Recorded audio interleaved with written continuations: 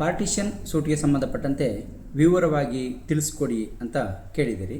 So ಈ ಒಂದು partition ಸೂಟ್ಗೆ ಸಂಬಂಧಪಟ್ಟಂತೆ ಈ ಒಂದು ವಿಡಿಯೋ ಸ್ವಲ್ಪ ಲೆಂತಿ ವಿಡಿಯೋ ಅನಿಸ್ಬೋದು, ಆದರೆ ಅತಿ ಮುಖ್ಯವಾದಂಥ ಪಾಯಿಂಟ್ ಟು ಪಾಯಿಂಟ್ ಆಗಿರುತ್ತೆ, ವಿತ್ ಸೆಕ್ಷನ್ಗಳಾಗಿರುತ್ತೆ. ಮತ್ತು ಈ ಪಾರ್ಟಿಷನ್ ಸೂಟ್ಗೆ ಸಂಬಂಧಪಟ್ಟಂತೆ ಕೋರ್ಟ್ ಜಡ್ಜ್ಮೆಂಟ್ಸ್ಗಳೇನಿದೆ, ಸೈಟೇಷನ್ಸ್ಗಳೇನಿದೆ, ಅದನ್ನು ನಾನು ಪಾರ್ಟ್ 2ನಲ್ಲಿ ಅದನ್ನು ತಿಳಿಸ್ಕೊಡ್ತಾ ಇದ್ದೇನೆ. ಈ ಪಾರ್ಟ್ 1ನಲ್ಲಿ ಮುಖ್ಯವಾಗಿ ಪಾರ್ಟಿಷನ್ ಸೂಟನ್ನು ಯಾವ ರೀತಿಯನ್ನು ಫೈಲ್ ಮಾಡಬೇಕು, ಅದು ಹಿಂದೂ ಲೀಗಲಿಸ್ಟ್ ಆದರೆ ಅವರು ಆ ಪಾರ್ಟೀಸ್ ಆದರೆ ಹೇಗೆ ಮಾಡಬೇಕು, ಮೊಹಮ್ಮಡನ್ ಆದರೆ ಯಾವ ಥರ ಅಪ್ಲೈಯನ್ನು ಮಾಡ್ಕೋಬೇಕು ಅನ್ನೋದಕ್ಕೆ ಸಂಬಂಧಪಟ್ಟಂತೆ, ಹಾಗೆಯೇ ಈ ಒಂದು ಪಾರ್ಟಿಷನ್ ಸೂಟನ್ನು ಫೈಲ್ ಮಾಡಿದ ಮೇಲೆ ಯಾವ ಒಂದು ಸೆಕ್ಷನಲ್ಲಿ ಫೈಲ್ ಮಾಡಬೇಕು, ಹೆಣ್ಮಕ್ಳಿದ್ರೆ ಏನು ಮಾಡಬೇಕು, ಅಥವಾ ಇಬ್ಬರು ಹೆಣ್ತಿರಿದ್ದು ಅವರಿಗೆ ಒಬ್ಬರಿಗೆ ಕಡಿಮೆ ಮಕ್ಕಳು ಒಬ್ಬರಿಗೆ ಜಾಸ್ತಿ ಮಕ್ಕಳಿದ್ರೆ ಹಾಗೇನು ಮಾಡಬೇಕು, ಅಥವಾ ಇಬ್ಬರು ಹೆಣ್ತಿರು ಫೈಲ್ ಮಾಡಿದರೆ ಬದುಕಿದ್ರೆ ಅಂಥ ಸಂದರ್ಭದಲ್ಲಿ ಪಾರ್ಟಿಷನ್ ಸೂಟು ಯಾರು ಹಾಕ್ಬೋದು, ಯಾರಿಗೆ ರೈಟ್ಸ್ ಇರುತ್ತೆ. ಮತ್ತು ಹಾಗೆಯೇ ಈ ಒಂದು ಸೂಟನ್ನು ಫೈಲ್ ಮಾಡಿದ ಮೇಲೆ ಸಮನ್ಸ್ನ ಸ್ಟೇಜು, ಪೇಪರ್ ಪಬ್ಲಿಕೇಶನ್ಸ್ ಆಗಿರ್ಬೋದು, ಸೊ ಇಶ್ಯೂ ಸ್ಟೇಜ್ ಆಗಿರ್ಬೋದು, ಆನಂತರದಲ್ಲಿ WS ಫೈಲ್ ಮಾಡೋವಂಥದ್ದು, ಟೈಮ್ ಅಲ್ಲಿ ಬೇಕಾದಂಥದ್ದು, ಎವಿಡೆನ್ಸನ್ನು ಮಾಡಿ ಆರ್ಗ್ಯುಮೆಂಟಿಗೆ ಬಂದು ಜಡ್ಜ್ಮೆಂಟ್ಗೆ ಬರುತ್ತೆ. ಸೊ ಇದರ ಮಧ್ಯದಲ್ಲಿ ಯಾರಾದರೂ ಡೆತ್ ಆದರೆ ಅಥವಾ ಪ್ಲೈಂಟಿಫ್ ಸೈಡ್ ಆದರೆ ಏನು, ಡಿಫೆಂಡೆಂಟ್ ಸೈಡ್ ಆದರೆ ಏನು, ಸೊ ಸೆಟ್ಟರ್ ಸೈಡ್ ಆದರೆ ಹೇಗೆ, ಈ ಎಲ್ಲ ಒಂದು ಅಂಶಗಳಿಗೆ ಸಂಬಂಧಪಟ್ಟಂತೆ ಇನ್ನೂ ಹಲವಾರು ಅಂಶಗಳನ್ನು ನಾನು ಇಲ್ಲಿ ಬ್ರೀಫಾಗಿ ಹೇಳಲಿಕ್ಕಾಗಲ್ಲ, ಆದರೆ ಇನ್ ಡೀಟೇಲಾಗಿ ನೆಕ್ಸ್ಟು ಇದೇ ವಿಡಿಯೋದಲ್ಲಿ ಹೇಳ್ತಾ ಇದ್ದೀನಿ. ಸೊ ಹಾಗಾಗಿ ಈ ಎಲ್ಲ ಅಂಶಗಳನ್ನು ನೋಡೋದಕ್ಕೆ ನೀವು ನಮ್ಮ ಒಂದು ವಿಡಿಯೋನ ಸ್ಕಿಪ್ ಮಾಡದೆ ಪೂರ್ತಿ ಅಂಶಗಳನ್ನು ಒಂದು ಕಡೆಯಿಂದ ನೋಡ್ತಾ ಬನ್ನಿ. ನಿಮಗೆಲ್ಲ ಸಂಪೂರ್ಣವಾದ ಮಾಹಿತಿ ಪಾರ್ಟಿಷನ್ ಸೂಟ್ಗೆ ಸಂಬಂಧಪಟ್ಟಂತೆ ಸಿಕ್ಕತ್ತೆ. ಸೊ ಈ ಎಲ್ಲ ಅಂಶಗಳನ್ನು ನೋಡೋದಕ್ಕಿಂತ ಮೊದಲು ನೀವಿನ್ನೂ ನಮ್ಮ ಚಾನಲ್ಗೆ ಸಬ್ಸ್ಕ್ರೈಬ್ ಆಗಿಲ್ಲ ಅಂದರೆ ಸಬ್ಸ್ಕ್ರೈಬ್ ಆಗಿ, ಹಾಗೆ ಬೆಲ್ ಬಟನ್ ಪ್ರೆಸ್ ಮಾಡಿ. ಕಾನೂನು ಅರಿವಿನ ಎಲ್ಲ ವಿಡಿಯೋಗಳು ನಿಮಗೆ ಸಿಗುತ್ತೆ. ಪಾರ್ಟಿಷನ್ ಸೂಟ್ ಅಂತಂದಾಗ ಸಾಮಾನ್ಯವಾಗಿ ನೋಡೋಂಥದ್ದು ಹಿಂದೂ ಸೆಕ್ಷನ್ ಮತ್ತು ಇಂಡಿಯನ್ ಸೆಕ್ಷನನ್ನು ನೋಡ್ತೇವೆ. ಹಿಂದೂ ಸೆಕ್ಷನ್ಸಲ್ಲಿ ಸಂಬಂಧಪಟ್ಟಂತೆ ಈ ಒಂದು ವಿಡಿಯೋದಲ್ಲಿ ನಾನು ಸಂಪೂರ್ಣ ಮಾಹಿತಿಯನ್ನು ನೀಡ್ತೇನೆ. ಹಾಗೆ ಇನ್ನೊಂದು ವಿಡಿಯೋ ಸಂಬಂಧಪಟ್ಟಂತೆ ಸಂಬಂಧಪಟ್ಟಂತೆ ಮೊಹಮ್ಮಡನ್ ಮತ್ತು ಇಂಡಿಯನ್ ಸೆಕ್ಷನ್ ಸಂಬಂಧಪಟ್ಟಂತೆ ಇತರೆ ಅಲ್ಪಸಂಖ್ಯಾತರು ಏನು ಬರ್ತಾರೆ ಅವರಿಗೆ ಸಂಬಂಧಪಟ್ಟಂತೆ ಇನ್ನೊಂದು ವಿಡಿಯೋದಲ್ಲಿ ನಾನು ಮಾಹಿತಿಯನ್ನು ಕೊಡ್ತೇನೆ. ಈ ಒಂದು ವಿಡಿಯೋದಲ್ಲಿ ಹಿಂದೂ ಪಾರ್ಟಿಷನ್ಗೆ ಸಂಬಂಧಪಟ್ಟಂತೆ ನಾನು ಸಂಪೂರ್ಣ ಮಾಹಿತಿಯನ್ನು ಕೊಡ್ತಾ ಇದ್ದೀನಿ. ಇದರಲ್ಲಿ ಫಸ್ಟು ಫೈಲಿಂಗನ್ನು ಮಾಡಬೇಕಾದ್ರೆ ಅವರ ಒಂದು ತಂದೆಗೆ ಅಥವಾ ತಾಯಿಗೆ ಅವರು ಏನು ಪಾರ್ಟಿಷನ್ನ ಕೇಳಬೇಕು ಅಂದ್ಕೊಂಡಿರ್ತಾರೆ ಆ ಸೊತ್ತು ಅವರಿಗೆ ಪಿತ್ರಾರ್ಜಿತ ಆದಂಥ ಸೊತ್ತು ಆಗಿರಬೇಕು. ಅವರ ತಂದೆ ಅಥವಾ ತಾಯಿದು ಸ್ವಯಾರ್ಜಿತ ಸೊತ್ತನ್ನು ಇಲ್ಲಿ ಕೇಳಲಿಕ್ಕೆ ಬರೋಲ್ಲ. ಅಂದರೆ ತಂದೆ ತಾಯಿದು ಅಥವಾ ಸ್ವಯಾರ್ಜಿತ ಸೊತ್ತಾಗಿದ್ದು ಅವರು ನಿಧನರಾಗಿದ್ದರೆ, ಯಾವುದೇ ಒಂದು ವಿಲ್ ಆಗಲಿ ದಾನ ಆಗಲಿ ಬರೀದೆ ನಿಧನರಾಗಿದ್ದರೆ ಅಂಥ ಸೊತ್ತಲ್ಲೂ ಕೂಡ ಇಲ್ಲಿ ಪಾರ್ಟಿಷನನ್ನು ಕೇಳ್ಬೋದಾಗಿರುತ್ತೆ. ಸೊ ಈ ಅಂಥ ಎಲ್ಲ ಸೊತ್ತುಗಳನ್ನು ಈ ಒಂದು ಸ್ಥಿರ ಆಗಲಿ ಚರ ಸೊತ್ತುಗಳಾಗಲಿ ಈ ಒಂದು ದಾವೆಯಲ್ಲಿ ಸೇರಿಸಬೇಕಾಗಿರುತ್ತೆ. ಮತ್ತು ಎಲ್ಲ ಲೀಗಲ್ ಏರ್ಸನ್ನು ಹೆಣ್ಮಕ್ಳಾಗಿರಲಿ ಗಂಡು ಮಕ್ಕಳೇ ಆಗಿರಲಿ, ಅಥವಾ ಇನ್ನು ಕೆಲವರು ಗಂಡು ಮಕ್ಕಳಿಗೆ ಯಾಕೆ ಕೊಡಬೇಕು, ಅವರನ್ನು ಕೈ ಬಿಟ್ಟು ಪಾರ್ಟಿಷನ್ ಮಾಡ್ಕೋಬೋದು ಅನ್ನೋದು ಕೆಲವರು ಯೋಚಿಸ್ತಾರೆ. ಸೊ ಆ ರೀತಿ ಯೋಚಿಸೋದು ತಪ್ಪಾಗಿರುತ್ತೆ. ಏಕೆಂದರೆ ಅವರಿಗೆ ತಿಳಿದ ನಂತರದಲ್ಲಿ ಮತ್ತೆ ಅವರು ಪಾರ್ಟಿಷನನ್ನು ಹಾಕೋ ಬಂದಾಗ ಮತ್ತೆ ಮೊದಲಿಂದ ಪ್ರಾರಂಭ ಆಗುತ್ತೆ. ಸೊ ಹಾಗಾಗಿ ಇದನ್ನೆಲ್ಲ ತಪ್ಪಿಸೋದಕ್ಕೆ ಹೆಣ್ಮಕ್ಳೇ ಆಗಲಿ ಗಂಡು ಮಕ್ಕಳೇ ಆಗಲಿ ಅವರಿಗೆ ಲೀಗಲ್ ಏರ್ಸ್ ಏನಿರ್ತಾರೆ ಅವರು ಎಲ್ಲರನ್ನೂ ಕೂಡ ಪಾರ್ಟಿಯನ್ನು ಮಾಡಬೇಕು.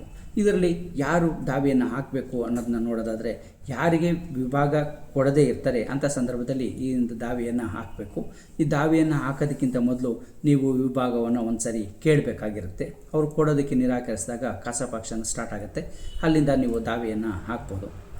ಸೊ ಆ ರೀತಿಯಲ್ಲಿ ನೀವು ಓರಲ್ಲಾಗೋ ಅಥವಾ ಪಂಚಾಯಿತಿ ಮಾಡಿ ಅವರು ವಿಭಾಗವನ್ನು ಕೊಡೋದಕ್ಕೆ ನಿರಾಕರಿಸಿದರೆ ಆವಾಗ ಒಂದು ಫೈನಲಾಗಿ, ಯಾಕೆಂದರೆ ಕೆಲವೊಂದು ಸತಿ ಪಂಚಾಯಿತಿಯನ್ನು ಮಾಡಿದಂಥ ಸಂದರ್ಭದಲ್ಲೂ ಕೂಡ ವಿಚಾರಣಾ ಸಮಯದಲ್ಲಿ ಇಲ್ಲ ನಮ್ಮನ್ನು ಯಾರು ಕೇಳಲಿಲ್ಲ, ಇದಕ್ಕೆ ಕಾಸಪಕ್ಷನೇ ಇಲ್ಲ ಅಂತ ಎದುರುದಾರರು ಅಂದರೆ ಪ್ರತಿವಾದಿಗಳು ಅವರ ಒಂದು ಸ್ಟೆಪ್ಪನ್ನು ತಗೊಳ್ಳುವಂಥ ಒಂದು ಅವರ ರಕ್ಷಣೆಗೆ ತಗೊಳ್ಳುವಂಥ ಸಾಧ್ಯತೆಗಳು ಇರುತ್ತೆ. ಸೊ ಹಾಗಾಗಿ ನೀವು ಪಂಚಾಯಿತಿಯನ್ನು ಮಾಡಿದ್ರು ಅಥವಾ ಓರಲ್ಲಾಗಿ ಕೇಳಿದರೂ ಕೂಡ ಒಂದು ಲೀಗಲ್ ನೋಟಿಸನ್ನು ವಿಭಾಗವನ್ನು ಕೋರಿ ಒಂದು ಲೀಗಲ್ ನೋಟಿಸನ್ನು ಕೊಡೋದು ಉತ್ತಮ ಅಂತೇಳಿ ನಾನು ಇಲ್ಲಿ ಹೇಳಲಿಕ್ಕೆ ಬಯಸ್ತೇನೆ. ಸೊ ಆ ರೀತಿಯಲ್ಲಿ ಕೊಟ್ಟಂಥ ನಂತರದಲ್ಲಿ ಆ ಒಂದು ಕಾಲಮಿತಿ ಮುಗಿದ ನಂತರದಲ್ಲಿ ಈ ದಾವೆಯನ್ನು ಹಾಕಬೇಕು. ಮತ್ತು ಇನ್ಯಾರು ಈ ದಾವೆಗೆ ಹಕ್ಕುದಾರರು ಇರ್ತಾರೆ ಅಂದರೆ ಬಹುಶಃ ಇಬ್ಬರು ಹೆಂಡ್ತಿರಿರ್ತಾರೆ. ಸೊ ಇಬ್ಬರು ಹೆಂಡ್ತಿರು ಅಂತಂದರೆ ಮೊದಲನೇ ಹೆಂಡ್ತಿಗೆ ಮಕ್ಕಳಿರ್ತಾರೆ, ಎರಡನೇ ಹೆಂಡ್ತಿಗೂ ಕೂಡ ಮಕ್ಕಳಿರ್ತಾರೆ. ಸೊ ಇಂಥ ಸಂದರ್ಭದಲ್ಲಿ ಯಾರಿಗೆ ರೈಟ್ಸ್ ಇರುತ್ತೆ ಅನ್ನೋದಕ್ಕೆ ನೋಡೋದಕ್ಕೆ ಸಂಬಂಧಪಟ್ಟಂತೆ ಮೊದಲನೇ ಹೆಂಡ್ತಿಗೆ ಮಕ್ಕಳಿದ್ದು ಆ ಮೊದಲನೇ ಹೆಂಡ್ತಿ ಬದುಕಿದ್ದು ಎರಡನೇ ಹೆಂಡ್ತಿಯನ್ನು ಮದುವೆ ಮಾಡಿಕೊಂಡಿದ್ದರೆ ಅಂಥ ಸಂದರ್ಭದಲ್ಲಿ ಎರಡನೇ ಹೆಂಡ್ತಿ ಮತ್ತು ಎರಡನೇ ಹೆಂಡ್ತಿ ಮಕ್ಕಳು ಇಲ್ಲಿ ವಿಭಾಗವನ್ನು ಕೋರ್ಲಿಕ್ಕೆ ಬರೋದಿಲ್ಲ, ಅವರಿಗೆ ಯಾವುದೇ ಒಂದು ಹಕ್ಕನ್ನು ಬರೋದಿಲ್ಲ. ಅದಕ್ಕೆ ಸಂಬಂಧಪಟ್ಟಂತೆ ನಾನು ಈಗಾಗಲೇ ವಿಡಿಯೋನು ಕೂಡ ಮಾಡಿದ್ದೀನಿ. ಮತ್ತು ಅದಕ್ಕೆ ಸಂಬಂಧಪಟ್ಟಂತೆ ಜಡ್ಜ್ಮೆಂಟ್ಸ್ಗಳು ಸಾಕಷ್ಟು ಜಡ್ಜ್ಮೆಂಟ್ಸ್ಗಳು ಕೂಡ ಇದೆ. ಮೊದಲನೇ ಹೆಂಡತಿ ನಿಧನರಾಗಿದ್ದು ಅಥವಾ ಡೈವರ್ಸ್ ಆಗಿದ್ದು ಆನಂತರದಲ್ಲಿ ಎರಡನೇ ಮದುವೆಯನ್ನು ಮಾಡಿಕೊಂಡಿದ್ದರೆ ಆವಾಗ ಎರಡನೇ ಹೆಂಡತಿ ಮತ್ತು ಮಕ್ಕಳು ವ್ಯಾಲಿಡ್ ಆಗಿರ್ತಾರೆ. ಸೊ ಇವರು ಕೂಡ ಕೇಳ್ಬೋದು. ಮತ್ತು ಇಲ್ಲಿ ಕೆಲವರು ವಿಭಾಗಕ್ಕೆ ಸಂಬಂಧಪಟ್ಟಂತೆ ಕೇಳ್ತಾ ಇರ್ತಾರೆ, ಎರಡನೇ ಹೆಂಡತಿ ಮತ್ತು ಇಬ್ಬರು ಹೆಂಡ್ತಿರಿಗೂ ಮಕ್ಕಳಿದ್ದಾಗ, ಈಗ ಉದಾಹರಣೆಗೆ ಮೊದಲನೇ ಹೆಂಡ್ತಿಗೆ 2 ಮಕ್ಕಳಿರ್ತಾರೆ, ಎರಡನೇ ಹೆಂಡ್ತಿಗೆ 4 ಜನ ಮಕ್ಕಳಿರ್ತಾರೆ. ಸೊ ಅಂಥ ಸಂದರ್ಭದಲ್ಲಿ ಗಂಡನ ಅಥವಾ ತಂದೆಯ ಆಸ್ತಿಯನ್ನು 2 ಭಾಗಗಳನ್ನಾಗಿ ಮಾಡಿ ಒಂದು ಭಾಗವನ್ನು ಮೊದಲನೇ ಹೆಂಡತಿ ಮಕ್ಕಳಿಗೂ ಎರಡನೇ ಭಾಗವನ್ನು ಎರಡನೇ ಹೆಂಡತಿ ಮಕ್ಕಳಿಗೂ ಕೊಡ್ಬೋದು ಅಂತ ಈ ಥರ ಒಂದು ಎಕ್ಸ್ಪೆಕ್ಟೇಷನ್ಸನ್ನು ಇಟ್ಕೊಂಡಿರ್ತಾರೆ. ಸೊ ಆ ರೀತಿಯಲ್ಲಿ ಕಾನೂನು ರೀತಿಯಲ್ಲಿ ಇರೋದಿಲ್ಲ. ಸೊ ಎಲ್ಲ ಮಕ್ಕಳು ಕೂಡ ಅಂದರೆ ಈ ಮೊದಲನೇ ಹೆಂಡ್ತಿಗೆ 2 ಇದ್ದು ಎರಡನೇ ಹೆಂಡ್ತಿಗೆ 4 ಜನ ಇದ್ದರೆ, ಅಂದರೆ ಎಷ್ಟೇ ಜನ ಇರಲಿ, ನಾನು ಇಲ್ಲಿ ಉದಾಹರಣೆಗೆ ತೊಗೊಂಡು ಹೇಳ್ತಾ ಇದ್ದೀನಿ, 6 ಜನ ಇದ್ದಾಗ 6 ಜನಕ್ಕೂ ಕೂಡ ಮಕ್ಕಳಿಗೂ ಕೂಡ ಈಕ್ವಲ್ ಆಗಿ ಬರಬೇಕಾಗುತ್ತೆ ಹೊರತು ನಂಬರ್ ಆಫ್ ವೈಫ್ಸ್ ಏನಿರ್ತಾರೆ ಇವರ ಮೇಲೆ ಡಿವೈಡ್ ಆಗೋದಿಲ್ಲ. ಸೊ ಹಾಗಾಗಿ ಮಕ್ಕಳ ಎಷ್ಟು ಜನ ಇರ್ತಾರೆ, ಲೀಗಲ್ ಏರ್ಸ್ ಏನಿರ್ತಾರೆ, ಕಾನೂನುಬದ್ಧ ಮಕ್ಕಳು ಏನಿರ್ತಾರೆ ಅವ್ರ ಮೇಲೆ ಡಿವೈಡ್ ಆಗುತ್ತೆ. ಸೊ ಹಾಗಾಗಿ ಇಲ್ಲಿ ಈ ಒಂದು ಪ್ರಮುಖ ಅಂಶವನ್ನು ನೋಡ್ಕೋಬೇಕಾಗಿರುತ್ತೆ. ಮೊದಲನೇ ಹೆಂಡತಿ ಬದುಕಿದ್ದು ಆಕೆಗೆ ಡೈವರ್ಸ್ ಆಗದೇ ಇದ್ದರೆ ಅಂಥ ಸಂದರ್ಭದಲ್ಲಿ ಎರಡನೇ ಮದುವೆ ಆಗಿದ್ದು ಅವ್ರಿಗೆ ಮಕ್ಕಳಿದ್ರೆ ಅವರು ವಿಭಾಗವನ್ನು ಕೇಳಲಿಕ್ಕೆ ಬರೋದಿಲ್ಲ. ಅಥವಾ ಕಾನೂನು ಬಾಹಿರವಾದಂಥ ಮಕ್ಕಳಿದ್ರು ಕೂಡ ಇಲ್ಲಿ ಕೇಳಲಿಕ್ಕೆ ಬರೋದಿಲ್ಲ ಅನ್ನೋದು ಇಲ್ಲಿ ಪ್ರಮುಖವಾಗಿ ನೋಡಬೇಕಾದಂಥ ಅಂಶ ಆಗಿದೆ. ಸೊ ಇನ್ನು ಮುಖ್ಯವಾಗಿ ತಂದೆ ತಾಯಿದು ಸ್ವಯರ್ಜಿತ ಸ್ವತ್ತುಗಳು, ಅಂದರೆ ತಂದೆ ತಾಯಿ ಬದುಕಿದ್ದು, ಅಂದರೆ ಯಾರ ಹತ್ರ ವಿಭಾಗವನ್ನು ಕೇಳ್ತಾ ಇದ್ವಿ ಅವರ ಸ್ವಯರ್ಜಿತ ಸ್ವತ್ತಾಗಿದ್ದರೆ ಆವಾಗ ಕೇಳಲಿಕ್ಕೆ ಬರಲ್ಲ. ಬಟ್ ಸ್ವಯರ್ಜಿತ ಸ್ವತ್ತಾಗಿದ್ದು ಕೂಡ ಅವರು ಪಿತ್ರಾರ್ಜಿತ ಸ್ವತ್ತಿನಿಂದ ಅದು ಗಳಿಸಿದರೆ ಅಂಥ ಸಂದರ್ಭದಲ್ಲಿ ಕೇಳ್ಬೋದು. ಒಟ್ಟು ಕುಟುಂಬದಲ್ಲಿ ಎಲ್ಲರೂ ದುಡಿದಂಥ ಸ್ವತ್ತಿನಿಂದ ಆ ಒಂದು ಆಸ್ತಿಯನ್ನು ಗಳಿಸಿದರೆ ಅಂಥ ಸಂದರ್ಭದಲ್ಲೂ ಕೂಡ ಈ ವಿಭಾಗದ ಸ್ವತ್ತುಗಳಿಗೆ ಸೇರಿಸ್ಕೋಬೋದಾಗಿರುತ್ತೆ. ಹಾಗೆಯೇ ಪಿತ್ರಾರ್ಜಿತ ಸ್ವತ್ತು ಯಾವುದೋ ಇರುತ್ತೆ, ಅದನ್ನು ಬೇರೆಯವರಿಗೆ ಅದಲು ಬದಲು ಮಾಡಿ ಅವರ ಸ್ವತ್ತನ್ನು ಅದಲು ಬದಲು ಮಾಡ್ಕೊಂಡಿದ್ರೆ ಅಂಥ ಸಂದರ್ಭದಲ್ಲೂ ಕೂಡ ಕೇಳ್ಬೋದಾಗಿರುತ್ತೆ. ಯಾಕೆಂದರೆ ಪಿತ್ರಾರ್ಜಿತ ಸ್ವತ್ತಿಗೆ ಬದಲಾಗಿ ಅದನ್ನು ಪಡ್ಕೊಂಡಿರೋದ್ರಿಂದ. ಮತ್ತು ಪಿತ್ರಾರ್ಜಿತ ಸ್ವತ್ತನ್ನು ಮಾರಾಟ ಮಾಡಿ ಬೇರೆ ಸ್ವತ್ತನ್ನು ಪರ್ಚೇಸನ್ನು ಮಾಡಿದರೆ ಅಂಥದ್ರಲ್ಲೂ ಕೂಡ ಇಲ್ಲಿ ವಿಭಾಗಕ್ಕೆ ಸೇರಿಸಿ ವಿಭಾಗವನ್ನು ಕೇಳ್ಬೋದಾಗಿರುತ್ತೆ. ಸೊ ಅವರ ಸ್ವಯರ್ಜಿತವಾಗಿ ಸಂಪಾದನೆ ಮಾಡದೆ ಕುಟುಂಬದ ಒಟ್ಟು ಫಲಿತಾಂಶದಿಂದ ಪಡೆದಿದ್ದರೆ ಅಥವಾ ಪಿತ್ರಾರ್ಜಿತ ಆಸ್ತಿಯಲ್ಲಿ ಬಂದಂಥ ಲಾಭದಿಂದ ಯಾವುದೇ ಒಂದು ಆಸ್ತಿಯನ್ನು ಗಳಿಸಿದರೆ ಅಂಥ ಸ್ವತ್ತನ್ನು ಕೂಡ ಇಲ್ಲಿ ಪಾರ್ಟಿಷನ್ ಹಾಕಿ ಕ್ಲೈಮನ್ನು ಕೇಳ್ಬೋದಾಗಿರುತ್ತೆ ಅನ್ನೋದು ಇಲ್ಲಿ ಮುಖ್ಯವಾಗಿ. ಹಾಗಾಗಿ ಇಲ್ಲಿ ಬರುವಂಥ ಎಲ್ಲ ಒಂದು ಪ್ರಾಪರ್ಟಿಯನ್ನು ಸೇರಿಸಬೇಕು. ಯಾವುದೇ ಒಂದು ಪ್ರಾಪರ್ಟಿಯನ್ನು ಬೇಕು ಅಂತ ಬಿಡುವಂಥದ್ದಾಗಲಿ ಅಥವಾ ಆನಂತರದಲ್ಲಿ ಸೇರಿಸ್ಕೊಳ್ಳುವ ನೋಡುವ ಅನ್ನೋದು ಅಲಕ್ಷ್ಯ ಬೇಡ. ವಿಭಾಗಕ್ಕೆ ಸೇರಬಹುದಂಥ ಎಲ್ಲ ಒಂದು ಸ್ವತ್ತುಗಳನ್ನು ಇಲ್ಲಿ ಸೇರಿಸಿ ಆಲ್ರೆಡಿ ಅದರಲ್ಲಿ ಯಾವುದಾದ್ರು ಸ್ವತ್ತುಗಳನ್ನು ಮಾರಾಟ ಮಾಡಿದರೆ ಅಂಥ ಸ್ವತ್ತುಗಳನ್ನು ಕೂಡ ಇಲ್ಲಿ ಸೇರಿಸಬೇಕು. ಅದನ್ನು ಯಾರು ಪರ್ಚೇಸ್ ಮಾಡಿರ್ತಾರೆ ಅಂಥ ಅವರನ್ನು ಕೂಡ ಈ ದಾವೆಯಲ್ಲಿ ಅವಶ್ಯಕವಾಗಿ ಪಕ್ಷಕಾರರನ್ನಾಗಿ ಮಾಡಬೇಕಾಗಿರುತ್ತೆ. ಸೊ ಈ ರೀತಿಯಲ್ಲಿ ಒಂದು ದಾವೆಯನ್ನು ಪ್ರಿಪೇರ್ ಮಾಡಿದಂಥ ನಂತರದಲ್ಲಿ ಅದನ್ನು CPC ಆರ್ಡರ್ 7 ರೂಲ್ 11 ರೂಲ್ 1ರಲ್ಲಿ ಆರ್ಡರ್ 7 ರೂಲ್ 1ನಲ್ಲಿ ಫೈಲನ್ನು ಮಾಡಬೇಕು. ಕೆಲವರು ಏನು ಮಾಡ್ತಾರೆ ಅಂದರೆ ಆರ್ಡರ್ 7 ರೂಲ್ 1 and 2 ಅಂತ ಹಾಕ್ತಾರೆ. ಆರ್ಡರ್ 7 ರೂಲ್ 2 ಇರುವಂಥದ್ದು ಮನಿ ಸೂಟ್ಗಳಿಗೆ ಸಂಬಂಧಪಟ್ಟದ್ದು. ಹಾಗಾಗಿ ರೂಲ್ 2 ಪಾರ್ಟಿಷನ್ ಸೂಟಲ್ಲಿ ಮೆನ್ಷನ್ ಮಾಡೋ ಅಗತ್ಯ ಇಲ್ಲ. ಬೇಕಾದರೆ ಸೆಕ್ಷನ್ 26 ಕೂಡ ಸೇರಿಸ್ಕೋಬೋದು. ಈ 26 ಕೋರ್ಟ್ ಜುರಿಸ್ಡಿಕ್ಷನ್ ವ್ಯಾಪ್ತಿಯನ್ನು ಸೂಚಿಸುವಂಥ ಒಂದು ಸೆಕ್ಷನ್ ಆಗಿರುತ್ತೆ. ಸೊ ಹಾಗಾಗಿ ಬೇಕಾದರೆ order 7 rule 1 read with section 26 ಕೂಡ ಸೇರಿಸಿ ಫೈಲನ್ನು ಮಾಡ್ಬೋದಾಗಿರುತ್ತೆ. ಈ ಒಂದು ಪಾರ್ಟಿಷನ್ ಸೂಟನ್ನು ಫೈಲ್ ಮಾಡಿದ ನಂತರದಲ್ಲಿ ಅದರಲ್ಲಿ ಸಮನ್ಸು ಎದುರುದಾರರಿಗೆ ಅಂದರೆ ಪ್ರತಿವಾದಿಗಳಿಗೆ ಜಾರಿಯಾಗಬೇಕಾಗಿರುತ್ತೆ. ಕೆಲವು ಬಾರಿ ಜಾರಿ ಆಗಿರೋದಿಲ್ಲ, ವಾಪಸ್ ಬಂದಿರುತ್ತೆ, ಅವರು ವಿಳಾಸದಲ್ಲಿ ಇರೋದಿಲ್ಲ. ಅಂಥ ಸಂದರ್ಭದಲ್ಲಿ ಅಥವಾ ವಾಪಸ್ ಬಂದಂಥ ಸಂದರ್ಭದಲ್ಲಿ RPDಯನ್ನು ತೊಗೋಬೇಕಾಗತ್ತೆ. ಸೊ RPD ಕೂಡ ಸಮನ್ಸ್ ಸರ್ವ್ ಆಗದೆ ಇದ್ದಂಥ ಸಂದರ್ಭದಲ್ಲಿ ಅಫೆಕ್ಷರ್ ಆಫ್ ನೋಟಿಸನ್ನು ತೊಗೊಳ್ಳೋಂಥದ್ದು ಹಾಗೇನಾದರೂ ಮಾಡಬೇಕಾಗುತ್ತೆ. ಒಂದು ವೇಳೆ ಅವರು ವಿಳಾಸದಲ್ಲೇ ಇಲ್ಲದೇ ಇದ್ದಂಥ ಸಂದರ್ಭದಲ್ಲಿ ಸಬ್ಸ್ಟಿಟ್ಯೂಟ್ ಸರ್ವಿಸನ್ನು ತೊಗೋಬೇಕಾಗತ್ತೆ. ಇದು CPCಯ ಆರ್ಡರ್ 5 ರೂಲ್ 20ನಲ್ಲಿ ಬರುತ್ತೆ.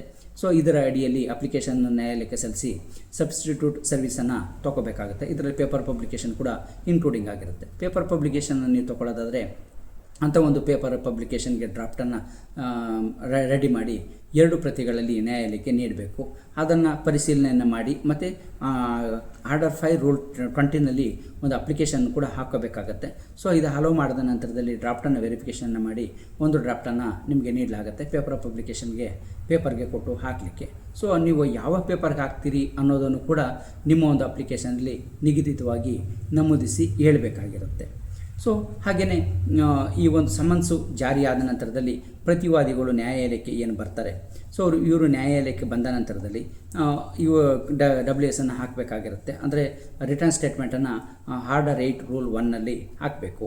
ಸೊ ಆ ಒಂದು ಸಂದರ್ಭದಲ್ಲಿ ಅವರು ಹಾಕ್ಲಿಕ್ಕೆ ಆಗದೇ ಇದ್ದಂಥ ಸಂದರ್ಭದಲ್ಲಿ ಅಥವಾ ಅವ್ರಿಗೆ ಯಾವುದೋ ಒಂದು ದಾಖಲೆಗಳು, ಪೂರಕ ದಾಖಲೆಗಳು ಇನ್ನೊಂದು ಸರಿಯಾಗಿ ಸಿಗದೇ ಇದ್ದಂಥ ಸಂದರ್ಭದಲ್ಲಿ ಹೆಚ್ಚಿನ ಒಂದು ಕಾಲಾವಕಾಶವನ್ನು ಕೇಳಬೇಕು ಅಂದರೆ ಸೆಕ್ಷನ್ 148ಅಲ್ಲಿ ಅಪ್ಲಿಕೇಶನ್ ಹಾಕಿ ಟೈಮನ್ನು ಎಕ್ಸ್ಟೆಂಡನ್ನು ಮಾಡ್ಕೋಬೋದಾಗಿರುತ್ತೆ. ಈಗ CPCಯಲ್ಲಿ 60 days ಟೈಮ್ ಇದೆ. ಸೊ ಅದರ ಮೇಲೆ ಎಕ್ಸ್ಟೆಂಡನ್ನು ಮಾಡ್ಕೊಳ್ಳಿಕ್ಕೆ ಅಪ್ಲಿಕೇಶನ್ ಹಾಕಿ ಮಾಡ್ಕೋಬೋದು. ಈಗ ಹೊಸ ಅಮೆಂಡ್ಮೆಂಟ್, ಕರ್ನಾಟಕ ಅಮೆಂಡ್ಮೆಂಟ್ ಏನಾಗಿದೆ ಅದರಲ್ಲೂ ಕೂಡ ಅದೇ ರೀತಿಯಲ್ಲಿ ಇದೆ. ಅದರಲ್ಲಿ ಸಫಿಷಿಯೆಂಟ್ ರೀಸನನ್ನು ತೋರಿಸಬೇಕು, ಇಲ್ಲಾಂತಂದರೆ ರಿಜೆಕ್ಟ್ ಮಾಡುವ ಸಾಧ್ಯತೆಗಳು ಹೆಚ್ಚಿಗೆ ಇದೆ. ಸೊ ಅನಂತರದಲ್ಲಿ WS ಅನ್ನು ಹಾಕಿದ ನಂತರದಲ್ಲಿ ಒಂದು ವೇಳೆ ಆ ಒಂದು ಸೂಟಲ್ಲಿ ಕೌಂಟ್ರ್ ಕ್ಲೈಮ್ ಏನಾದರೂ ಕೇಳುವಂಥದ್ದಿದ್ದರೆ, ಅಂದರೆ ಆ ಪಾರ್ಟಿಷನ್ ಸೂಟಲ್ಲಿ ಪ್ರಾಪರ್ಟಿಗಳನ್ನು ಅಂದರೆ ಸ್ವಯರ್ಜಿತ ಸ್ವತ್ತುಗಳನ್ನು ಅಥವಾ ದಾವೆಗೆ ಸಂಬಂಧಪಡದೇ ಇರುವಂಥ ಸ್ವತ್ತುಗಳನ್ನು ಏನಾದರೂ ಸೇರಿಸಿದರೆ ಅಥವಾ ಇನ್ಯಾವುದೇ ಅವರ ಬಳಿ ಇರುವಂಥ ಸ್ವತ್ತುಗಳನ್ನು ನೀವು ಕೌಂಟ್ರ್ ಕ್ಲೈಮನ್ನು ಕೇಳೋದಕ್ಕೆ ಇಚ್ಛೆಪಟ್ಟಿದ್ದರೆ ಅಂಥ ಸಂದರ್ಭದಲ್ಲಿ ಈ ಒಂದು ಕೌಂಟ್ರ್ ಕ್ಲೈಮ್ ಆಗಿ ನೀವು order 8 rule 6A counter claim application ಕೂಡ ಹಾಕ್ಕೊಬೇಕು. ಈ ಒಂದು ಕೌಂಟ್ರ್ ಕ್ಲೈಮ್ ಅಪ್ಲಿಕೇಶನ್ನ ಹಾಕೋದಕ್ಕೆ ಇಶ್ಯೂಸನ್ನು ಫ್ರೇಮ್ ಆಗೋದಕ್ಕಿಂತ ಅಥವಾ ಎವಿಡೆನ್ಸ್ ಸ್ಟಾರ್ಟ್ ಆಗೋಕ್ಕಿಂತ ಮೊದಲೇ ನೀವು ಹಾಕಬೇಕು. ಎವಿಡೆನ್ಸ್ ಸ್ಟಾರ್ಟ್ ಆದ ನಂತರದಲ್ಲಿ ಈ ಒಂದು ಅಪ್ಲಿಕೇಶನ್ನ ಹಾಕಲಿಕ್ಕೆ ಬರೋದಿಲ್ಲ. ಇದು ಮುಖ್ಯವಾಗಿ ಗಮನದಲ್ಲಿ ಇಟ್ಕೊಬೇಕು. ಸೊ ಎವಿಡೆನ್ಸು ಸ್ಟಾರ್ಟ್ ಆದ ನಂತರದಲ್ಲಿ ಕೌಂಟ್ರ್ ಕ್ಲೈಮನ್ನು ಕೇಳಲಿಕ್ಕೆ ಯಾವುದೇ ದಾವೆಯಲ್ಲಾಗಲಿ, ಪಾರ್ಟಿಷನ್ ಸೂಟ್ ಅಂತಲೇ ಅಲ್ಲ, ಯಾವುದೇ ಒಂದು ದಾವೆಯಲ್ಲಾಗಲಿ ಕೇಳಲಿಕ್ಕೆ ಬರೋದಿಲ್ಲ. ಸೊ ಹಾಗೆಯೇ ಈ ಒಂದು ದಾವೆಯನ್ನು ಹಾಕಿದ ನಂತರದಲ್ಲಿ ಎಕ್ಸಿಕ್ಯೂಟ್ ಆದಂಥ ಸಂದರ್ಭದಲ್ಲಿ ಒಂದು ವೇಳೆ ಏನಾದರೂ ಪ್ಲೈಂಟಿಫ್ ಡಾಕ್ಯುಮೆಂಟನ್ನು ಪ್ರೊಡ್ಯೂಸ್ ಮಾಡಬೇಕಾದ್ರೆ ಆರ್ಡರ್ 7 ರೂಲ್ 14ನಲ್ಲಿ ಡಾಕ್ಯುಮೆಂಟನ್ನು ಪ್ರೊಡ್ಯೂಸ್ ಮಾಡ್ಬೋದಾಗಿರುತ್ತೆ. ಸೊ ಅದೇ ರೀತಿಯಲ್ಲಿ ಡಿಫೆಂಡೆಂಟ್ ಏನಾದರೂ ಡಾಕ್ಯುಮೆಂಟ್ಸನ್ನು ಪ್ರೊಡ್ಯೂಸ್ ಮಾಡಬೇಕು ಅಂದರೆ ಆರ್ಡರ್ 8 ರೂಲ್ 1ರ ಅಡಿಯಲ್ಲಿ ಡಾಕ್ಯುಮೆಂಟನ್ನು ಪ್ರೊಡ್ಯೂಸ್ ಮಾಡ್ಬೋದು. ಸೊ ತದನಂತರದಲ್ಲಿ ಎವಿಡೆನ್ಸು ಏನಾದರೂ ಸ್ಟಾರ್ಟ್ ಆದಂಥ ನಂತರದಲ್ಲೋ ಅಥವಾ ಅದಕ್ಕಿಂತ ಮೊದಲು ಯಾವುದೇ ಒಂದು ಮಧ್ಯದಲ್ಲಾಗಲಿ ಯಾವುದೇ ಒಂದು ಪ್ಲೈಂಟಿಫ್ ನಿಧನರಾದರೆ ಅವರ ಹೆಂಡತಿ ಮಕ್ಕಳನ್ನು ಪಾರ್ಟಿಯನ್ನಾಗಿ ಮಾಡಬೇಕಾಗುತ್ತೆ. ಸೊ ಅದು ಆರ್ಡರ್ 22 ರೂಲ್ 3ನಲ್ಲಿ ಮಾಡಬೇಕು. ಅಥವಾ ಯಾವುದೇ ಒಂದು ಡಿಫೆಂಡೆಂಟ್ ಏನಾದರೂ ಡೆತ್ ಆದರೆ ಅಂಥ ಸಂದರ್ಭದಲ್ಲಿ ಆರ್ಡರ್ 22 ರೂಲ್ 4ರ ಅಡಿಯಲ್ಲಿ ಅವರನ್ನು ಲೀಗಲ್ ಏರ್ಸನ್ನು ಪಾರ್ಟಿಯಾಗಿ ಮಾಡಬೇಕಾಗುತ್ತೆ. ಸೊ ಈ ಒಂದು ಮಧ್ಯದಲ್ಲಿ ಯಾವುದಾದ್ರು ಪ್ರಾಪರ್ಟಿಯನ್ನು ಮಾರಾಟ ಮಾಡಿದರೆ ಅವ್ರನ್ನ ಇಂಪಾರ್ಟೆಂಟಾಗಿ ಪಾರ್ಟಿಯನ್ನು ಇಂಪ್ಲೇಡ್ ಪಾರ್ಟಿ ಮಾಡಬೇಕಾಗಿದ್ದರೆ ಅಥವಾ ಯಾರನ್ನಾದರೂ ಪಾರ್ಟಿ ಮಾಡೋದನ್ನು ಬಿಟ್ಟಿದ್ದರೆ ಅಂಥ ಸಂದರ್ಭದಲ್ಲಿ ಆರ್ಡರ್ 1 ರೂಲ್ 10 ಅಡಿಯಲ್ಲಿ ಇಂಪ್ಲೇಡ್ ಪಾರ್ಟಿಯನ್ನಾಗಿ ಈ ದಾವೆಗೆ ಸೇರಿಸೋದಕ್ಕೆ ಅಪ್ಲಿಕೇಶನನ್ನು ಹಾಕ್ಕೋಬೇಕಾಗಿರುತ್ತೆ. ಒಂದು ವೇಳೆ ನೀವು ದಾವೆಯನ್ನು ಹಾಕುವಂಥ ಸಂದರ್ಭದಲ್ಲಿ ಯಾವುದೋ ಒಂದು ಕಣ್ತಪ್ಪಿಂದ ಯಾವುದಾದ್ರು ಪ್ಯಾರಾಗಳಲ್ಲಿ ಅಂಶಗಳಾಗಿ ತಪ್ಪಾಗಿದ್ದರೆ ಅಥವಾ ಯಾವುದಾದ್ರು ಒಂದು ಪ್ರಾಪರ್ಟಿ ಬಿಟ್ಟು ಹೋಗಿದ್ದರೆ ಅಥವಾ ಅದರಲ್ಲಿ ಏನಾದರೂ ಮುಖ್ಯ ಅಂಶಗಳನ್ನು ತಿದ್ದುಪಡಿ ಸೇರಿಸಬೇಕಾಗಿದ್ದರೆ ಅಂಥ ಸಂದರ್ಭದಲ್ಲಿ ತಿದ್ದುಪಡಿಯನ್ನು ಕೋರಿ ಅಪ್ಲಿಕೇಶನನ್ನು ನೀವು ಆರ್ಡರ್ 6 ರೂಲ್ 17ನ ಅಡಿಯಲ್ಲಿ ಹಾಕಬೇಕಾಗತ್ತೆ. ಹಾಕಿ ಪರ್ಮಿಷನ್ನ ತೊಗೊಂಡು ಅಪ್ಲಿಕೇಶನ್ನ ಅಮೆಂಡ್ಮೆಂಟನ್ನು ಮಾಡಬೇಕಾಗತ್ತೆ. ಸೊ ಆ ರೀತಿಯಲ್ಲಿ ನ್ಯಾಯಾಲಯ ಪರ್ಮಿಷನ್ ಕೊಟ್ಟ 15 ದಿನದ ಒಳಗಡೆ ಸೊ ಮೂಲ ಪ್ಲೈಂಟ್ ಏನಿರ್ತದೆ ಅದನ್ನು ತಿದ್ದುಪಡಿಯನ್ನು ಮಾಡಿ ಅಮೆಂಡ್ಮೆಂಟ್ ಪ್ಲೈಂಟನ್ನು ನ್ಯಾಯಾಲಯಕ್ಕೆ ಕೊಡಬೇಕಾಗಿರುತ್ತೆ. ಸೊ ಇದಾದ ನಂತರದಲ್ಲಿ ಇದರ ಮಧ್ಯದಲ್ಲಿ ಯಾವಾಗಾದರೂ ಅದರ ಒಂದು ಸೂಟ್ ಏನಾದರೂ ವ್ಯಾಲಿಡ್ ಅಲ್ಲ, ಅದನ್ನ ರಿಜೆಕ್ಟ್ ಮಾಡಬೇಕು ಅಂತ ಏನಾದರೂ ಬಯಸೋದಾದರೆ ಅಂದರೆ ಅಲ್ಲಿ ಸೇರಿಸಿರುವಂಥ ಅಂಶಗಳು ಸತ್ಯಕ್ಕೆ ದೂರವಾಗಿದೆ ಅಂತನ್ನೋದಾದರೆ, ಇಶ್ಯೂಸ್ ಇಲ್ಲ ಅಂತಂದರೆ, ಕಾಸ್ ಆಫ್ ಆಕ್ಷನ್ ಇಲ್ಲ ಅಂತಂದರೆ, ಸೊ ಈ ಒಂದು ಹಲವಾರು ಅಂಶಗಳನ್ನು ಆರ್ಡರ್ 7 ರೂಲ್ 11D ಸ್ಪೆಸಿಫಿಕ್ ಆಗಿ ನಮೂದು ಮಾಡಲಾಗಿದೆ. ಸೊ ಅವುಗಳ ಅಂಶದ ಅಡಿಯಲ್ಲಿ ಬರುವಂಥ ಯಾವುದೇ ಒಂದು ಅಂಶಗಳಿದ್ದರೆ ಅಂಥ ಸಂದರ್ಭದಲ್ಲಿ ರಿಜೆಕ್ಷನ್ ಆಫ್ ಕ್ಲೈಂಟ್ಗೆ ಆರ್ಡರ್ 7 ರೂಲ್ 11D ಅಪ್ಲಿಕೇಶನ್ನ ಹಾಕ್ಕೋಬೋದಾಗಿರುತ್ತೆ. ಒಂದು ವೇಳೆ ಏನಾದರೂ ಅದೇ ಶೆಡ್ಯೂಲ್ಗೆ ಅದೇ ಪರಿಹಾರವಾಗಿ ಅದೇ ಪಾರ್ಟೀಸ್ಗಳು ಏನಾದರೂ ಇನ್ನೊಂದು ಸೂಟ್ ಏನಾದರೂ ಇದ್ದರೆ ಅಲ್ಲಿ ನಡೀತಾ ಇದ್ದರೆ ಅಥವಾ ಆಲ್ರೆಡಿ ಹಾಕಿದರೆ ಅಥವಾ ಅದು ರಿಜೆಕ್ಟ್ ಆಗಿದ್ದರೆ, ಸೊ ಅಂಥ ಸೂಟ್ ಆಗಿತ್ತು ಮತ್ತೆ ತಿರ್ಗಿ ಅದೇ ಥರದಲ್ಲಿ ಹಾಕಿದರೆ ಆಗ ರೆಸ್ ಜುಡಿಕೇಟ ಅಪ್ಲೈ ಆಗುತ್ತೆ. ಅಂದರೆ ಒಂದೇ ರೀತಿಯ ಸೂಟ್ ಇನ್ನೊಂದನ್ನು ಹಾಕಬಾರ್ದು ಅನ್ನೋದಕ್ಕಾಗಿ ರೆಸ್ ಜುಡಿಕೇಟ ಅಪ್ಲೈ ಆಗುತ್ತೆ. ಸೊ ಇದನ್ನು ರೆಸ್ ಜುಡಿಕೇಟನಲ್ಲಿ ನೀವು ಸೂಟನ್ನು ವಜಾ ಮಾಡೋದಕ್ಕೆ ನೀವು section 11 of CPC read with 151 ಕೂಡ ಸೇರಿಸ್ಕೊಂಡು ಅಪ್ಲಿಕೇಶನ್ನ ಹಾಕಬೇಕಾಗತ್ತೆ. ಸೊ ಆ ರೀತಿಯಲ್ಲಿ ಹಾಕಿ ರೆಸ್ ಜುಡಿಕೇಟದಲ್ಲಿ ಆ ಒಂದು ಸೂಟನ್ನು ನೀವು ವಜಾ ಮಾಡಿಸ್ಬೋದಾಗಿರುತ್ತೆ. ಸೊ ಅದಾದ ನಂತರದಲ್ಲಿ ಎವಿಡೆನ್ಸ್ಗೆ ಬಂದಂಥ ಸಂದರ್ಭದಲ್ಲಿ ಚೀಫ್ ಏನು ಮಾಡ್ತೀವಿ ಅದನ್ನು ಆರ್ಡರ್ 18 ರೂಲ್ 4ರ ಅಡಿಯಲ್ಲಿ ಚೀಫನ್ನು ಮಾಡಬೇಕಾಗಿರುತ್ತೆ. ಸೊ ದಾವೆಯನ್ನು ಹಾಕಿದ ನಂತರದಲ್ಲಿ ಎವಿಡೆನ್ಸ್ ಸ್ಟೇಜಲ್ಲಾಗಿರ್ಬೋದು ಅಥವಾ ಆ ದಾವೆಯನ್ನು ಹೂಡಿದಂಥವ್ರು ವಾದಿಯಾಗಿರಲಿ ಪ್ರತಿವಾದಿಯಾಗಿರಲಿ ಅವರ ಪರವಾಗಿ ಬೇರೆಯವರು ಪ್ರತಿನಿಧಿಸೋದಕ್ಕೆ ಬಂದರೆ ಅಂತ ಅವರಿಂದ ಜಿ ಪಿಯನ್ನು ಪಡ್ಕೋಬೇಕಾಗಿರುತ್ತೆ. ಆ ಜಿ ಪಿಯನ್ನು ಪಡ್ಕೊಂಡು ಆ ನ್ಯಾಯಾಲಯಕ್ಕೆ ಸಲ್ಲಿಸೋದಕ್ಕೆ ಆರ್ಡರ್ 3 ರೂಲ್ 2 ಅಡಿಯಲ್ಲಿ ಒಂದು ಅರ್ಜಿಯನ್ನು ಹಾಕ್ಕೊಬೇಕಾಗುತ್ತೆ. ಅವ್ರ ಪ್ರತಿನಿಧಿಯಾಗಿ ಬರ್ತೀನಿ, ಇದಕ್ಕೆ ಅನುಮತಿಯನ್ನು ಕೊಡಿ ಅಂತೇಳಿ ಅದನ್ನು ಪಡ್ಕೊಂಡು ಅನಂತರದಲ್ಲಿ ಹಾಕಬೇಕಾಗಿರುತ್ತೆ. ಸೊ ಈ ಒಂದು ಪ್ರಕರಣ ನಡೆಯುವಂಥ ಸಂದರ್ಭದಲ್ಲಿ ವಾದಿಗಳಿಂದಾಗಲಿ ಅಥವಾ ಪ್ರತಿವಾದಿಗಳಿಂದಾಗಲಿ ಯಾವ ಮುಖ್ಯವಾದ ದಾಖಲೆಗಳು ಅವರ ಕಬ್ಜೆಯಲ್ಲಿ ಇದ್ದರೆ ಅಂಥ ಒಂದು ದಾಖಲೆಗಳನ್ನು ಏನಾದರೂ ಪಡ್ಕೋಬೇಕು ಅಂತ ಏನಾದರೂ ಇದ್ದರೆ ಅಂಥ ಸಂದರ್ಭದಲ್ಲಿ ಒಂದು ಅಪ್ಲಿಕೇಶನನ್ನು ಕೂಡ ಹಾಕ್ಕೋಬೋದಾಗಿರುತ್ತೆ. ಸೊ ಡಾಕ್ಯುಮೆಂಟ್ಸನ್ನು ಪ್ರೊಡ್ಯೂಸ್ ಮಾಡೋದಕ್ಕೆ ಸೊ ಅಪ್ಲಿಕೇಶನ್ ಹಾಕ್ಕೊಂಡು ಆ ಸಂದರ್ಭದಲ್ಲಿ ಕೂಡ ಡಾಕ್ಯುಮೆಂಟನ್ನು ಪ್ರೊಡ್ಯೂಸ್ ಮಾಡೋದಕ್ಕೆ ಅಪ್ಲಿಕೇಶನ್ ಹಾಕ್ಕೊಂಡು ಡಾಕ್ಯುಮೆಂಟ್ಸನ್ನು ಕೂಡ ಅವರಿಂದ ತಗೋಬೋದಾಗಿರುತ್ತೆ.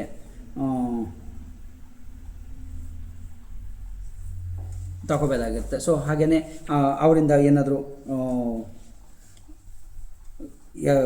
ಪ್ರೊಡ್ಯೂಸ್ ಮಾಡಿ ಆ ರೀತಿ ತಗೊಳ್ಳೋದಕ್ಕೆ ಆರ್ಡರ್ 12 ರೂಲ್ 8 ಅಡಿಯಲ್ಲಿ ಅವರಿಗೆ ನೋಟಿಸನ್ನು ನೀಡಬೇಕಾಗುತ್ತೆ. ಆ ಒಂದು ಕಾಪಿಯನ್ನು ಕೂಡ ಯಾರಿಗೆ ಕೊಡ್ತೀವಿ ಅವರಿಗೆ ಕೊಡಬೇಕಾಗುತ್ತೆ. ಅವರು ಯಾವುದೇ ಪಕ್ಷಕಾರರು ಆಗದೇ ಇದ್ದಂಥ ಸಂದರ್ಭದಲ್ಲಿ ಅವರಿಗೆ ನೋಟಿಸನ್ನು ಅಥವಾ ಸಮನ್ಸನ್ನು ನೀಡೋದಕ್ಕೆ ನ್ಯಾಯಾಲಯಕ್ಕೆ ಮನವರಿಕೆಯನ್ನು ಮಾಡಿ ಕೊಡಬೇಕಾಗಿರುತ್ತೆ ಆ ಒಂದು ಅಪ್ಲಿಕೇಶನ್ನ ಮೂಲಕ.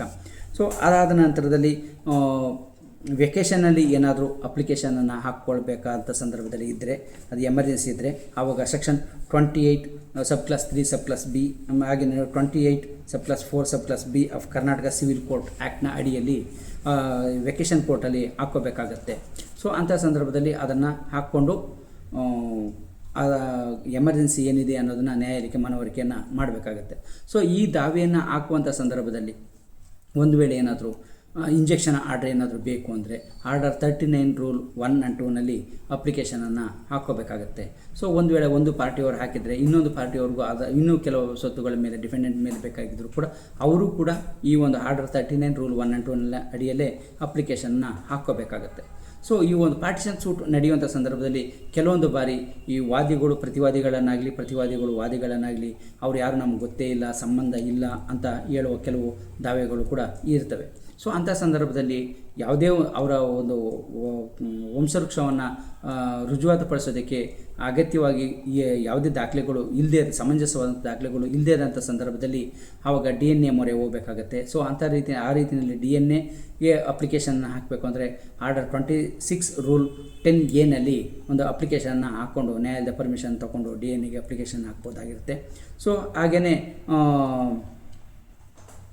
ಈ ಲ್ಯಾಂಗ್ವೇಜ್ ಟ್ರಾನ್ಸ್ಲೇಟರ್, ಈಗ ಕೆಲವೊಂದು ಸತಿ ಈ ಅವರಿಗೆ ಸರಿಯಾದ ಲ್ಯಾಂಗ್ವೇಜ್ ಬರದೇ ಇರ್ಬೋದು ಅಥವಾ ಯಾರು ಸಾಕ್ಷಿಯಾಗಿ ಕರೆಸಿರುವಂಥ ಸಂದರ್ಭದಲ್ಲಿ ಅಂಥ ಟೈಮಲ್ಲಿ ಅವ್ರ ಲ್ಯಾಂಗ್ವೇಜ್ ಟ್ರಾನ್ಸ್ಲೇಟರ್ನ ಅಪಾಯಿಂಟ್ ಮಾಡ್ಕೊಳ್ಳೋದಕ್ಕೋಸ್ಕರನೂ ಕೂಡ ಆರ್ಡರ್ 26 ರೂಲ್ 23ನ ಅಡಿಯಲ್ಲಿ ಕೂಡ ಅಪ್ಲಿಕೇಶನ್ ಹಾಕ್ಕೋಬೋದು. ಹಾಗಾಗಿ ಆಮೇಲೆ ಈ ಒಂದು ದಾವೆಯನ್ನು ಹಾಕಿದಂಥ ಸಂದರ್ಭದಲ್ಲಿ ಈ ದಾವೆಯಲ್ಲಿ ಸ್ಥಳ ಮಾಜೂರನ್ನು ಅಥವಾ ಸ್ಥಳವನ್ನು ಪರಿಶೀಲನೆ ಮಾಡೋದಕ್ಕೆ ಅಥವಾ ಅಲ್ಲಿನ ವಾಸ್ತವಾಂಶವನ್ನು ತಿಳಿದು ನ್ಯಾಯಾಲಯಕ್ಕೆ ಸಲ್ಲಿಸೋದಕ್ಕೆ ಕಮಿಷನರ್ನ ಅಪಾಯಿಂಟ್ ಮಾಡೋದಕ್ಕೋಸ್ಕರ ಆರ್ಡರ್ 26 ರೂಲ್ 9ನ ಅಡಿಯಲ್ಲಿ ಅಪ್ಲಿಕೇಶನ್ ಕೂಡ ಹಾಕ್ಬೋದಾಗಿರುತ್ತೆ. ಒಂದು ವೇಳೆ ಏನಾದರೂ ನ್ಯಾಯಾಲಯಕ್ಕೆ ಸಲ್ಲಿಸಿರುವಂಥ ಒರಿಜಿನಲ್ ಡಾಕ್ಯುಮೆಂಟ್ಸ್ ಏನಿರ್ತದೆ ಆ ಡಾಕ್ಯುಮೆಂಟ್ಸು ನಮಗೆ ರಿಟರ್ನ್ ಬೇಕು ಅಂದರೆ ರಿಟರ್ನ್ ಆಫ್ ಡಾಕ್ಯುಮೆಂಟ್ಸ್ಗೆ ಆರ್ಡರ್ 13 ರೂಲ್ 9 ಅಡಿಯಲ್ಲಿ ಒಂದು ಅಪ್ಲಿಕೇಶನ್ ಕೂಡ ಹಾಕ್ಕೋಬೋದಾಗುತ್ತೆ. ಸೊ ಈ ಎಲ್ಲ ಅಂಶಗಳನ್ನು ನೋಡಿ ಇದನ್ನು ಹಾಕ್ಕೊಂಡು ಇದಾದ ನಂತರದಲ್ಲಿ ಎವಿಡೆನ್ಸ್ ಮುಗಿದ ನಂತರದಲ್ಲಿ ಮತ್ತು ರಿಓಪನ್ಗೂ ಕೂಡ ಅಪ್ಲಿಕೇಶನ್ನ ಹಾಕ್ಕೋಬೋದು. ಈಗ ಒಂದು ವೇಳೆ ಎವಿಡೆನ್ಸ್ ಆಗೋಗಿರುತ್ತೆ ಅಥವಾ ಕ್ರಾಸ್ ಮಾಡೋಕ್ಕಾಗಿರೋದಿಲ್ಲ, ಸೊ ಅಂಥ ಸಂದರ್ಭದಲ್ಲಿ ರಿಓಪನ್ಗೂ ಕೂಡ ಅಪ್ಲಿಕೇಶನ್ನ ಹಾಕ್ಕೊಳ್ಳೋದಕ್ಕೆ ಅವಕಾಶ ಇರುತ್ತೆ. ಇದೆಲ್ಲ ಮುಗಿದ ನಂತರದಲ್ಲಿ ಆರ್ಗ್ಯುಮೆಂಟ್ ಸ್ಟೇಜಿಗೆ ಬರುತ್ತೆ. ಆರ್ಗ್ಯುಮೆಂಟ್ ಸ್ಟೇಜಿಗೆ ಬಂದಾಗ ಓರಲ್ಗೂ ಕೂಡ ಆರ್ಗ್ಯುಮೆಂಟನ್ನು ಮಾಡ್ಬೋದು, ರಿಟರ್ನ್ ಆರ್ಗ್ಯುಮೆಂಟನ್ನು ಕೂಡ ನ್ಯಾಯಾಲಯಕ್ಕೆ ಸಲ್ಲಿಸ್ಬೋದಾಗಿರುತ್ತೆ. ಸೊ ಇದಾದ ನಂತರದಲ್ಲಿ ಇದನ್ನೆಲ್ಲವನ್ನು ಸಮಾಲೋಚನೆಯನ್ನು ಸಮರ್ಪಕವಾದಂಥ ಒಂದು ದಾಖಲೆಗಳು ಎಲ್ಲ ಏನು ಸಾಕ್ಷಿಗಳಿರ್ತದೆ ಇದನ್ನ ಎಲ್ಲವನ್ನು ನೋಡಿ ನ್ಯಾಯಾಲಯ ಒಂದು ನಿಗದಿತ ಒಂದು ದಿನಾಂಕದಂದು ಜಡ್ಜ್ಮೆಂಟನ್ನು ಕೂಡ ಮಾಡುತ್ತೆ. ಸೊ ಆ ರೀತಿ ಜಡ್ಜ್ಮೆಂಟನ್ನು ಮಾಡಿದ ನಂತರದಲ್ಲಿ ನಿಮ್ಮ ಒಂದು ಪಿಟಿಷನ್ ಅಲೋ ಆಗಿದ್ದರೆ ನೀವು FDPಯನ್ನು ಹಾಕ್ಕೋಬೇಕಾಗತ್ತೆ. ಕೇವಲ ಒಂದೇ ಒಂದು ವಯಸ್ಸನ್ನು ಹಾಕ್ಕೊಂಡು ಮಾತ್ರಕ್ಕೆ ಸಂಪೂರ್ಣ ಆಗೋದಿಲ್ಲ. ಯಾಕೆಂದರೆ ನಿಮಗೇನು ವಿಭಾಗ ಬಂದಿರುತ್ತೆ ಅಂಥ ಸ್ವತ್ತನ್ನು ಮತ್ತೆ ಗುರುತಿಸಿ ನಿಮ್ಮ ಸ್ವಾಧೀನ ಪಡ್ಕೊಳ್ಳೋದಕ್ಕೆ ನೀವು FDPಯನ್ನು ಹಾಕ್ಕೋಬೇಕಾಗುತ್ತೆ. ಸೊ ಅದನ್ನು ಹಾಕ್ಕೊಳ್ಳೋದಕ್ಕೆ ಆರ್ಡರ್ 22 ರೂಲ್ 8ರ ಅಡಿಯಲ್ಲಿ ನೀವು FDPಯನ್ನು ಫೈಲ್ ಮಾಡ್ಕೋಬೇಕಾಗಿರುತ್ತೆ. ಸೊ ಇದನ್ನು ಹಾಕ್ಕೊಂಡು FDP ಅನ್ನು ನೀವು ಕಂಪ್ಲೀಟ್ ಮಾಡ್ಕೊಂಡಾಗ ನಿಮ್ಗೆ ಫೈನಲ್ ಡಿಗ್ರಿ ಸಿಗುತ್ತೆ. ನಿಮಗೆ ಯಾವ ಒಂದು ವಿಭಾಗದ ಸ್ವತ್ತು ಎಲ್ಲಿ ಯಾವ ಸಿಗುತ್ತೆ ಅನ್ನೋದು ನಿಮಗೆ ಸಂಪೂರ್ಣವಾಗಿ ಸಿಕ್ಕುತ್ತೆ. ಸೊ ಇದರೆಲ್ಲ ಓವರಾಲಾಗಿ ನೋಡೋದಾದರೆ ಒಂದು ದಾವಿಯನ್ನು ಹೂಡಿದ ನಂತರದಲ್ಲಿ ಅದರಲ್ಲಿ ಯಾರು ಅರ್ಹರು, ಯಾವ ಸ್ವತ್ತುಗಳನ್ನು ಸೇರಿಸಬೇಕು, ಯಾವುದನ್ನು ಸೇರಿಸಬಾರ್ದು ಅನ್ನೋದನ್ನು ಮುಖ್ಯವಾಗಿ ನೋಡ್ಕೋಬೇಕು. ಅಲ್ಲಿ ಎಲ್ಲ ಸ್ವತ್ತುಗಳು ಸಂಬಂಧಪಟ್ಟ ಎಲ್ಲ ಸ್ವತ್ತುಗಳನ್ನು ಸೇರಿಸಬೇಕು, ಎಲ್ಲರನ್ನೂ ಪಕ್ಷಕಾರರನ್ನಾಗಿ ಮಾಡಬೇಕು. ಅನಂತರದಲ್ಲಿ WS ಅನ್ನು ಹಾಕಬೇಕಾಗತ್ತೆ. ಅದರ ಮಧ್ಯದಲ್ಲಿ ಅದು ಏನಾದರೂ ಕೌಂಟರ್ ಕ್ಲೈಮ್ ಕೇಳೋದಾದರೆ ಕೇಳ್ಬೋದಾಗಿರುತ್ತೆ. ಸೊ ಹಾಗೆಯೇ WS ಆದ ನಂತರದಲ್ಲಿ ಯಾರಾದರೂ ಡೆತ್ ಆಗಿದ್ದರೆ ಅಥವಾ ಇಂಪ್ಲೀಡ್ ಪಾರ್ಟಿಯನ್ನು ಮಾಡಬೇಕಾಗಿದ್ದರೆ, ಅಮೆಂಡ್ಮೆಂಟನ್ನು ಮಾಡಬೇಕಾಗಿರುತ್ತೆ. ಸೊ ಚೀಫನ್ನು ಕೂಡ ರಿಟರ್ನು ಚೀಫ್ ಅಫಿಡವಿಟನ್ನು ಕೂಡ ಸಲ್ಲಿಸಿ ನ್ಯಾಯಾಲಯಕ್ಕೆ ಚೀಫನ್ನು ಕೊಡ್ಬೋದು ಅಥವಾ ಓರಲ್ಗೂ ಕೂಡ ಹೇಳಿಸ್ಬೋದಾಗಿರುತ್ತೆ. ನ್ಯಾಯಾಲಯದ ಒಂದು ಸಮಯವನ್ನು ಉಳಿಸೋದಕ್ಕೋಸ್ಕರ ಚೀಫನ್ನೇ ಸಾಧಾರಣವಾಗಿ ಸಿವಿಲ್ ದಾವೆಗಳಲ್ಲಿ ಹಾಕಲಾಗುತ್ತೆ. ಸೊ ಅದಾದ ನಂತರದಲ್ಲಿ ಕ್ರಾಸ್ ಪೊಸಿಷನ್ ಬರುತ್ತೆ. ಕ್ರಾಸನ್ನು ಮಾಡ್ಬೋದು, ಡಾಕ್ಯುಮೆಂಟ್ಸನ್ನು ಪ್ರೊಡ್ಯೂಸ್ ಮಾಡ್ಬೋದು, ಡಿಸ್ಟರ್ಬ್ ಇದನ್ನು ಮಾಡ್ಬೋದು. ಸೊ ಹಾಗೆಯೇ ಇಶ್ಯೂಸನ್ನು ನ್ಯಾಯಾಲಯ ಫ್ರೇಮ್ ಮಾಡಿದ ನಂತರದ ಅಂದರೆ ಆಫ್ಟರ್ WS ಅಥವಾ ಎಕ್ಸ್ಪರ್ಟಿ ಆದರೆ ಇಶ್ಯೂಸನ್ನು ಕೂಡ ಮಾಡಲೇಬೇಕಾಗುತ್ತೆ. ಇಶ್ಯೂಸನ್ನು ಫ್ರೇಮ್ ಮಾಡಿದ ನಂತರದಲ್ಲಿ ಅಡಿಷನಲಾಗಿ ಏನಾದರೂ ಇಶ್ಯೂಸನ್ನು ಫ್ರೇಮ್ ಮಾಡಬೇಕು ಅಂದರೆ ಅದಕ್ಕೂ ಕೂಡ ಅಪ್ಲಿಕೇಶನನ್ನು ಹಾಕ್ಕೊಂಡು ಅಡಿಷನಲ್ ಇಶ್ಯೂಸನ್ನು ಕೂಡ ಫ್ರೇಮ್ ಮಾಡೋದಕ್ಕೆ ಕೇಳ್ಕೊಬೋದಾಗಿರುತ್ತೆ. ಅದು ಸಮಂಜಸವಾಗಿದ್ದರೆ ನ್ಯಾಯಾಲಯ ಅಡಿಷನಲ್ ಇಶ್ಯೂಸನ್ನು ಹಾಕುತ್ತೆ. ಸೊ ಅಡಿಷನಲ್ WS ಬಂದಾಗಲೂ ಕೂಡ ಅದು ಇಂಪಾರ್ಟೆಂಟ್ ಬೇರೆ ಅಡಿಷನಲ್ ಪಾಯಿಂಟ್ಗಳನ್ನು ಏನಾದರೂ ಇದ್ದರೆ ಆಗಲೂ ಕೂಡ ಅಡಿಷನಲ್ ಇಶ್ಯೂಸನ್ನು ನ್ಯಾಯಾಲಯ ಮಾಡುತ್ತೆ. ಸೊ ಈ ಎಲ್ಲ ಒಂದು ಪ್ರಕ್ರಿಯೆಗಳು ಒಂದು ಪಾರ್ಟಿಷನ್ ಸೂಟ್ ಹಿಂದೂ ಲೀಗಲ್ ಏರ್ಸ್ ಸಂಬಂಧಪಟ್ಟ ಒಂದು ಪಾರ್ಟಿಷನ್ ಸೂಟ್ ಆಗಿರುತ್ತೆ. ಸೊ ಮುಂದಿನ ಒಂದು ವಿಡಿಯೋದಲ್ಲಿ ಈ ಒಂದು ಪಾರ್ಟಿಷನ್ ಸೂಟಿಗೆ ಸಂಬಂಧಪಟ್ಟಂತೆ ಪ್ರಮುಖವಾದಂಥ ಜಡ್ಜ್ಮೆಂಟ್ಸ್ಗಳೇನಿದೆ ಅದರ ಒಂದು ಭಾಗವಾಗಿ ಪಾರ್ಟ್ 2 ಆಗಿ ನಾನು ನೆಕ್ಸ್ಟ್ ವಿಡಿಯೋನ ಕೂಡ ನಿಮಗೆ ನೀಡ್ತೇನೆ. ಇದರಲ್ಲೇ ನೀಡೋದಕ್ಕೆ ಈ ವಿಡಿಯೋ ಈಗಾಗಲೇ ಲೆಂತಿ ಆಗಿದೆ, ಇನ್ನೂ ತುಂಬ ಲೆಂತಿ ಆಗೋಗುತ್ತೆ ಅನ್ನೋದಕ್ಕೋಸ್ಕರ ಈ ವಿಡಿಯೋದಲ್ಲಿ ನಾನು ನೀಡ್ತಾ ಇಲ್ಲ. ಹಾಗಾಗಿ ಈ ವಿಡಿಯೋ ಜೊತೆಗೆ ಪಾರ್ಟ್ 2 ವಿಡಿಯೋನ ನೋಡಿದಾಗ ನಿಮಗೆ ನ್ಯಾಯಾಲಯದ ಪ್ರಮುಖ ಜಡ್ಜ್ಮೆಂಟ್ಗಳು ಮತ್ತು ಇಂಪಾರ್ಟೆಂಟ್ ಸೈಟೇಷನ್ಸ್ ಏನಿದೆ ಅದು ನಿಮಗೆ ಸಿಕ್ಕತ್ತೆ.